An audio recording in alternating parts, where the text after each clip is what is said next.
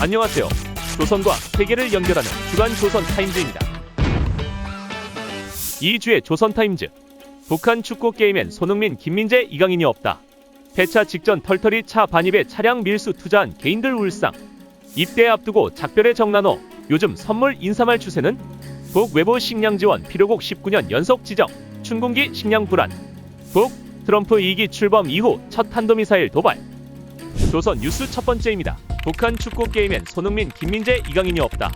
북한에서 개발한 축구 게임에 리오넬 메시, 크리스티아노 호날두 등 세계적인 축구 스타들이 등장하지만 손흥민, 김민재, 이강인 등 한국의 유명 축구 선수들은 찾아볼 수 없는 것으로 확인됐습니다. 데일리 NK는 북한 대형신 자문합작회사가 제작한 스마트폰용 축구 게임 국제축구연맹전 2.0을 입수했습니다. 해당 게임은 국제축구20이라는 이름의 애플리케이션을 실행하면 나오는 것으로 앱 이름과 게임 안의 선수 명단 등을 볼 때 2022년을 기준으로 제작된 것으로 보입니다. 게임에는 메시, 호날두뿐만 아니라 킬리안 음바페, 케빈 더 브라이너 등 유럽 주요 리그에서 활약하는 선수들이 그대로 등장합니다. 다만 선수 이름은 메시, 크리스티아노 로날도, 음바프, 데 브레이네와 같이 북한식으로 표현됐습니다. 그러나 손흥민, 김민재, 이강인 등 한국 축구 선수들은 게임 내에서 찾을 수 없었습니다. 한국 선수 외에 일본 등 다른 아시아 선수들의 이름도 찾아볼 수 없었는데 이는 아시아 선수들이 해외에서 활약하고 있다는 사실을 노출해 주민들의 호기심을 유발하지 않으려는 의도로 보입니다. 게임은 브라질, 프랑스, 이집트 등 41개 국가대표팀을 선택해 플레이할 수 있게 돼 있었지만 역시 이 중에는 북한을 포함해 아시아 국가는 하나도 없었습니다. 또한 게임은 잉글랜드 최상급, 에스파냐 1부류, 도이칠란드 1부류 등을 포함한 유럽 및 남미 축구 리그와 그에 소속된 클럽팀을 선택해 플레이할 수도 있게 돼 있었습니다. 흔히 유럽 축구 클럽 3대장이라 불리는 레알 마드리드, FC 바르셀로나, FC 바이에른 미넨 등도 선택할 수 있는 목록에 있었는데 이 클럽들의 이름 역시 북한식으로 바르셀로나, 바이에른, 뮌헨으로 표시됐습니다. 눈에 띄는 점은 클럽 로고를 그대로 사용하면서도 로고 내 영문 표기는 모두 북한말로 바꿔 표기한 점입니다. 손흥민이 몸담고 있는 토트넘 후스퍼 FC도 있었으나 해당 클럽을 선택하면 역시나 선수 명단에서 손흥민을 찾을 수 없었습니다. 이 밖에 게임에는 유명 축구인들의 영상이나 사진도 포함됐습니다. 게임을 처음 실행하면 메시가 지난 2021년 스페인 FC 바르셀로나에서 프랑스 파리 생제르맹 FC로 이적하는 내용의 영상이 나오고 그 외 사진으로는 호날두, 음바페 사진과 스페인 아틀레티코 마드리드의 디에고 시메오네 감독의 사진이 사용됐습니다. 일반적으로 축구 게임에서 선수들의 얼굴 사진과 클럽 로고 등을 사용하려면 피파 또는 개별 구단과 라이선스 계약을 맺어야 합니다. 그러나 북한이 정식으로 라이선스를 취득했는지는 불확실합니다. 두 번째 뉴스입니다. 폐차 직전 털털이 차 반입에 차량 밀수 투자한 개인들 울상.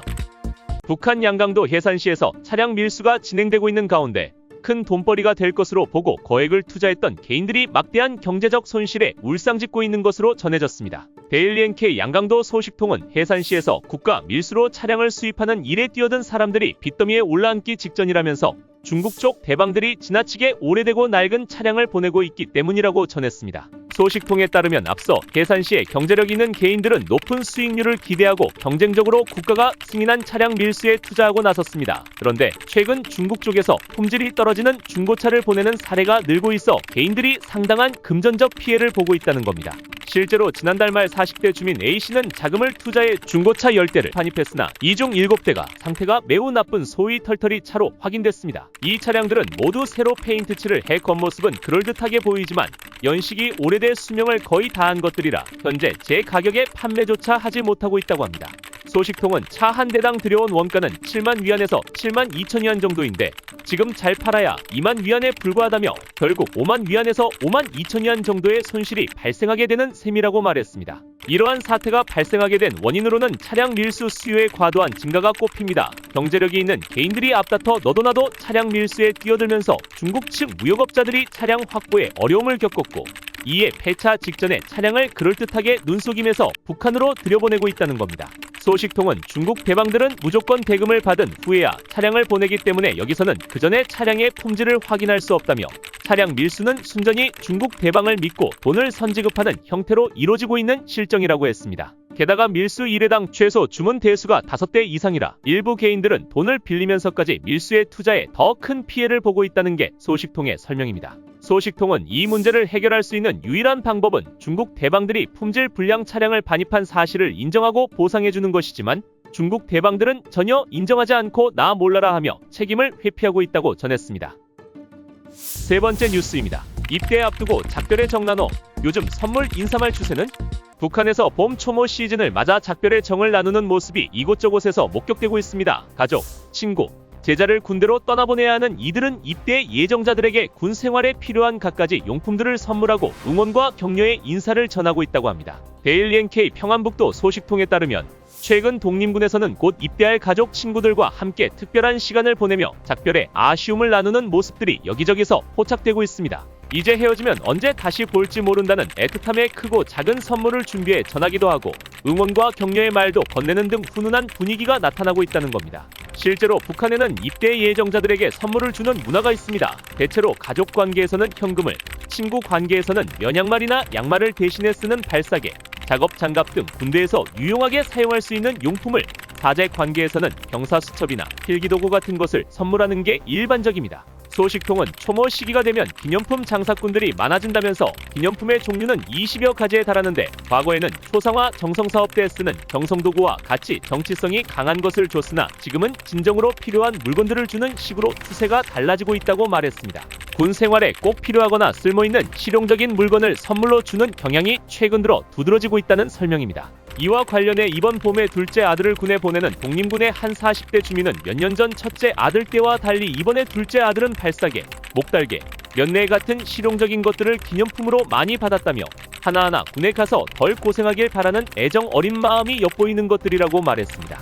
그런가 하면 최근에는 작별 인사말에도 변화가 감지되고 있습니다. 과거에는 입대 예정자들에게 영웅이 돼 돌아오라는 말을 많이 했지만 지금은 이런 말을 삼가고 몸조심하라, 무사히 돌아오라는 무난한 인사말을 건네는 분위기라고 합니다. 소식통은 요즘에는 영웅이 되라는 말을 하면 당사자들이 눈살을 찌푸린다. 이런 정치성이 강한 말들은 졸업식 등 공식적인 자리에서나 하고 개인적으로는 안 하는 추세라며 어떻게든 건강하게 무사히 돌아오는 것이 최고이기 때문에 그런 바람이 담긴 말로 작별 인사를 한다고 했습니다. 북한에서 영웅은 나라를 위해 기꺼이 목숨을 바친 이들에게 부여되는 칭호로 희생정신을 강조하는 듯한 느낌을 담고 있어 이런 인사말로 부담을 주기보다는 순수하게 안전과 건강을 염원하는 말을 한다는 게 소식통의 이야기입니다.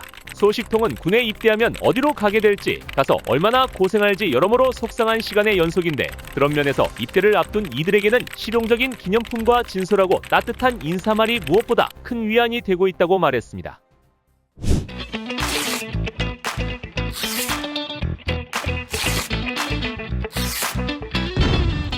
세계 뉴스 첫 번째입니다. 북외부 식량 지원 필요국 19년 연속 지정, 춘궁기 식량 불안. 유엔 식량농업기구가 북한을 외부 식량 지원이 필요한 국가로 19년 연속 지정했습니다. FAO가 7일 내놓은 작황 전망과 식량 상황 보고서를 보면 북한은 외부 식량 지원이 필요한 45개국 명단에 포함됐습니다. FAO가 2007년 해당 조사를 시작한 이후 19년째 등재입니다. FAO는 북한 내 식량 소비 수준이 낮고 주민들이 다양한 식품군을 골고루 섭취하지 못하고 있다고 진단했습니다. 그러면서 다가오는 5월에서 9월 춘궁기에 식량 불안이 여전히 우려되는 상황이라고 지적했습니다. 외부 식량 지원이 필요한 45곳엔 아프리카 33곳, 아시아 9곳, 라틴 아메리카 카리브해 2곳, 유럽 1곳이 포함됐습니다. 유럽 국가는 러시아와 전쟁 중인 우크라이나입니다. 이런 가운데 통일부의 인도적 대북 지원 현황 총괄에 따르면 1995년 이후 계속되어 온 한국의 대북 인도적 지원이 지난해 완전히 끊긴 것으로 나타났습니다. 정부 차원의 대북 인도적 지원이 이뤄진 건 2018년 산림 병해충 방제약품 지원이 마지막이었고 민간 차원 지원도 2023년 아동영양 사업 이후 끊겼습니다. 국제기구를 통한 지원은 2020년 세계식량계획을 통해 118억 원 규모의 식량 지원을 추진한 게 마지막입니다. 다만 이 또한 북한이 받기를 거부하면서 지금까지도 집행되지 못했습니다. 한편 농촌진흥청에 따르면 2024년 북한의 식량작물 생산량은 전년보다 4만 톤 줄어든 478만 톤으로 추정됐습니다. 두 번째 뉴스입니다. 북 트럼프 2기 출범 이후 첫 탄도미사일 도발. 북한이 10일 오후 탄도미사일 여러 발을 발사하며 약 2달 만에 미사일 도발을 재개했습니다. 합동참모본부에 따르면 우리 군은 오늘 오후 1시 50분경 북한 황해도 내륙에서 서해 방향으로 발사된 미상 탄도미사일 수발을 포착했습니다. 합참은 국방부 기자단에 발송한 문자 메시지를 통해 이같이 밝히고 우리 군은 감시 및 경계를 강화한 가운데 한미 간 긴밀하게 공조하면서 만반의 대비태세를 유지하고 있다고 설명했습니다. 북한의 탄도미사일 발사는 지난 1월 14일 이후 근 2달 만이며 지난 1월 20일 미국의 도널드 트럼프 2기 행정부가 출범한 이후 처음입니다. 한미 정보당국은 북한의 미사일 발사 준비 동향을 사전에 포착해 감시해왔고 미사일 발사 시 즉각 탐지해 추적했습니다. 또한 미일 측과 관련 정보를 긴밀하게 공유했고 세부 재원은 종합적으로 분석 중에 있습니다. 합참은 북한의 미사일 발사는 한반도의 평화와 안정을 심각하게 위협하는 명백한 도발 행위로 강력히 규탄한다고 밝혔습니다. 이어 우리 군은 현 안보 상황에서 북한이 오판하지 않도록 굳건한 한미 연합방위 태세 하에 북한의 다양한 동향에 대해 예의주시하고 있다며 어떠한 도발에도 압도적으로 대응할 수 있는 능력과 태세를 유지하고 있다고 덧붙였습니다. 이날은 한반도 방어를 위한 정례 한미연합훈련인 자유의 방패 연습이 시작된 날이기도 합니다. 이에 따라 북한의 미사일 도발은 한미연합연습 자유의 방패 반발 차원이라는 분석이 제기됩니다. 북한은 매년 3월 한미가 함께하는 FS 연습에 강하게 반발해왔고 이 시기에 맞춰 탄도미사일 도발 등을 감행해왔습니다. 지금까지 한 주간의 세계와 조선의 소식을 전해드리는 주간 조선타임즈였습니다. 다음 주에도 알찬 소식으로 찾아뵙겠습니다. 감사합니다.